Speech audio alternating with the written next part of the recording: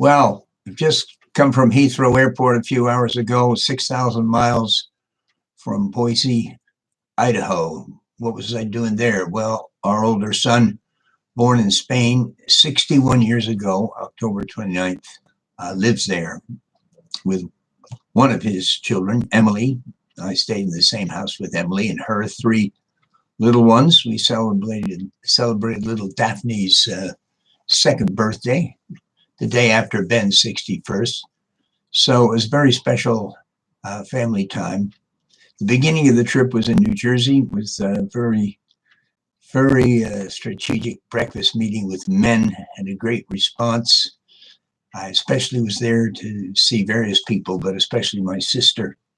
And I'd appreciate prayer for my sister who's not well. She was in hospital, so I couldn't see her, but then she came out into rehab, and I was able to have time with her.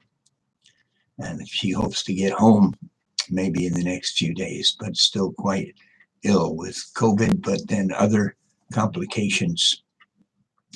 I just wanted to immediately do a blog because my heart is full of thanksgiving concerning a very special person, the granddaughter of one of my closest friends, a man named Charlie Schottmeyer in New Jersey.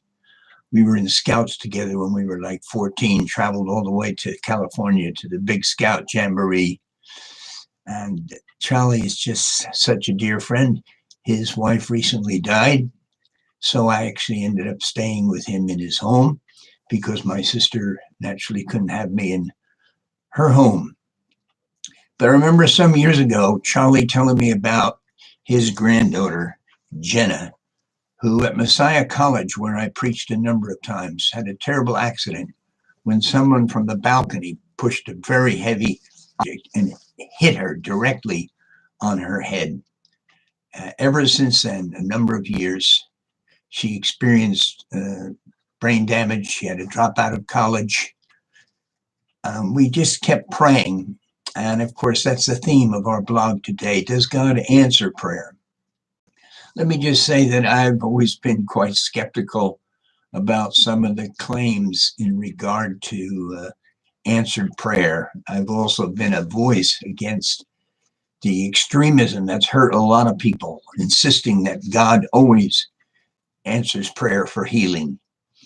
And if you just do this or do that, or go to their seminar, or let them lay hands on you, be healed. Many people come out feeling very guilty because so often, and I've been researching this for over 60 years, so often they're not healed.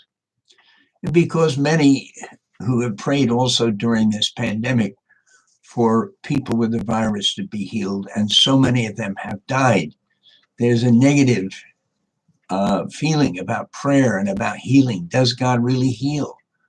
One Christian leader wrote a book that God no longer heals people. I couldn't believe that anyone could say this. And I'm speaking again as someone who knows oftentimes God doesn't immediately answer our prayer in connection with healing. But I just was so thrilled when a year or two ago, I found out little Jenna was going to a fellowship, and that's her book, which I'll talk about in a moment, where they were praying for healing. She had been to doctors, she'd been to specialists. This is the story, and the title you can see, Are You Drowning? Jenna Schottmeyer, she's now married. What this woman suffered is just quite staggering, even though I've not read the book. It's only just come out. I don't even have copies, so I can't offer it free, but you can get it through Amazon. But this woman was healed. It's a couple of years ago. I've met her. I've asked the hard questions. I remember once up in the north of England, I met I think there was sort of an elderly couple in a church meeting, and they took me aside as we were having a conversation and shared how they had these illnesses for years, and they actually met a shopkeeper who was a committed Christian and believed God healed. And right there in the shop, he prayed for this couple and they were healed. I met them years ago. Years later, again, I asked them the hard questions. And all my life, I've seen that God heals. He may not heal most of the time. And I urge people to embrace mystery. It's clear in the last verses of Romans 11 and other verses that we can never fully grasp what God is doing. For 1,000 or more years, we've been debating the challenge between sovereignty and free will, which has actually put Christians often in different camps. And I'd encourage you to go to Amazon and get You Are Drowning, Overcoming in the Midst of Trauma and Loss. Some of you have been traumatized. Perhaps this book, though we know there are other great books, would be a help to you. So in our limited time, I just want to go on record that I believe God does heal. Sometimes it seems to be the prayer has to go on for quite a few years. And right across the world, a majority of churches do believe in healing. They handle it different ways. And some of you know in my book, Messiology, how I've said, where two or three of the Lord's people are gathered together, sooner or later there's a mess. So healing ministry, and we know the controversy concerning some of these famous healers. I would be very slow to just write it all off, condemn it. And I talk about that in my book, Messiology, that I think many of you have. I offer it free for people who personally email me. And just a reminder, there's my email address. I wanted to also feature at this time the writings of Peter Maiden. It's a year ago, this past July, that Peter, my successor in leading OM for 10 years before Lawrence Tong became the leader, went to be with the Lord. But he's left behind a great legacy. And in honor of Peter Maiden, I've decided to offer these books to my friends who follow my blogs as a gift. I can't send them to Africa and South America. They're English books. I can send you my book. I just brought a load of them in the suitcase. Confessions of a Toxic Perfectionist in Spanish. We've hardly had any copies in Spain. And I brought them in my suitcase from the States, and I'm hoping to get some into Spain. So if you're in Spain, or if you're a Spanish reading person anywhere in Europe, I'd love to send you a free copy. But I wanted to feature at this time the writings of Peter Maiden and urge you to read his book. Some of you perhaps have his book. You haven't had time to read it. I'm thinking especially of this book, Building on the Rock. I've had a number of emails of people sharing their struggles. And in a number of cases, this book came to mind of how in our walk with God, it's not about ourselves. It's about the Lord Jesus. It's not about our job, our success. Did we preach a good message? Peter is very honest in this book about his own struggles and what he went through in his childhood because of his background. Again, I'm reminded of toxic perfectionism.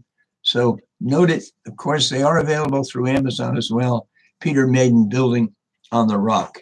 And then the book he was still writing when he was battling cancer. Again, I've had great feedback about this book, Radical Gratitude. Again, he shares very honestly some of his own struggles. And it's just a book that I know God is using. It's coming out in French soon. We have an Indian edition. Any of these books, the easiest place for me to supply them free actually is India. So keep that in mind, my Indian friends. And then there's Peter Maiden's book on discipleship, as well as a new edition called Discipleship Matters. And I just, again, believe this is like a basic handbook for anybody involved in global missions, anybody involved in serving others, loving others. And these will be treasures in your library and in your heart as you take time to read them. We're faced with a great challenge in Glasgow right now. The news is, of course, featuring the climate change conference. I'm sure that's not the official name. And I'm so glad that my leaflet on climate change came out just in time. And I'm hoping some of my friends are giving out copies to some of the delegates. It's not an extreme or offensive piece of literature. It's very, very basic. And I believe many non-Christians as well as Christians will acknowledge that if we're going to reach these high goals, and many of you have seen my blog about this, we need to see that internal climate change. We're now looking for people willing to distribute this leaflet anywhere, of course. So if you're willing, the American edition is just coming off the press. The British edition is here. The Indian edition will soon be off the press. Again, you can email me and let me know how many copies you would like to use. God still uses leaflets. In fact, another item that was in my suitcase was 100 reasons why gospel tracts are so important. 100 ways gospel tracts are used. Look at that, 100 reasons. Well, there's another item I can send you. And it's just amazing, especially for me, because I've been giving out literature publicly ever since, I guess, shortly after my conversion in that Billy Graham meeting. And I got a businessman to give me money to give every student at Ramsey High School. Don't know if any of you went to Ramsey in New Jersey, a Gospel of John. Since I was president of the student government, the headmaster, the principal, was sort of willing to listen to my request, which was a little bit strange. And then he let us run a campaign. I think it might be illegal in the schools now in America to encourage people to read the Bible. The Bible is not just what some people call a religious book. The Bible is also history. And any non-Christian interested in history is going to be interested in the Bible, one of the oldest historical documents in all of history. And of course, we know all the incredible manuscripts in connection with it. Many have visited now the Bible Museum there in Washington. I went to the similar exhibition when it was mobile around the country. Absolutely amazing. And now it's there in Washington, D.C. The wife of a very close friend of mine who came all the way up to see me in New Jersey. We had a meal together. Chris Key, who was a gopher for a year, is working there. These are challenging days.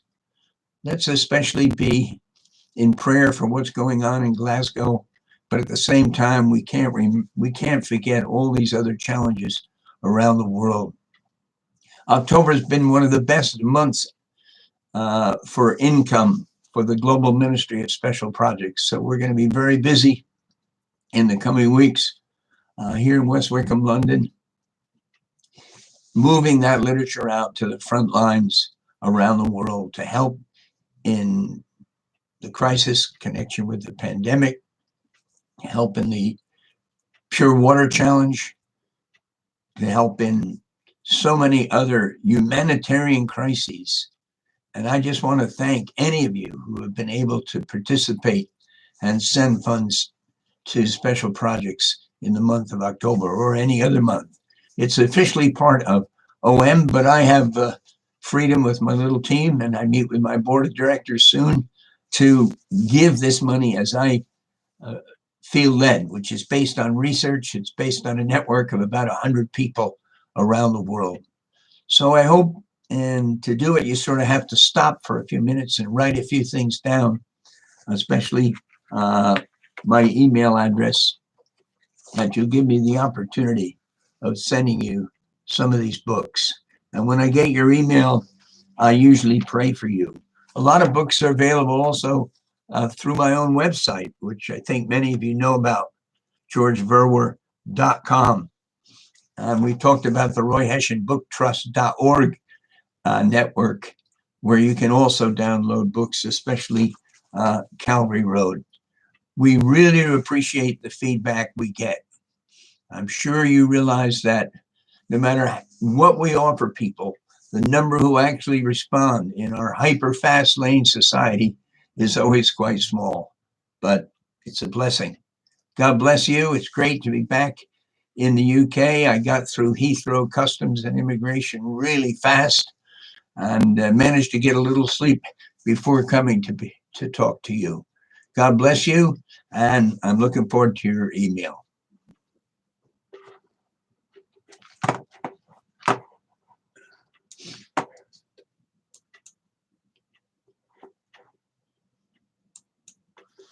There you go.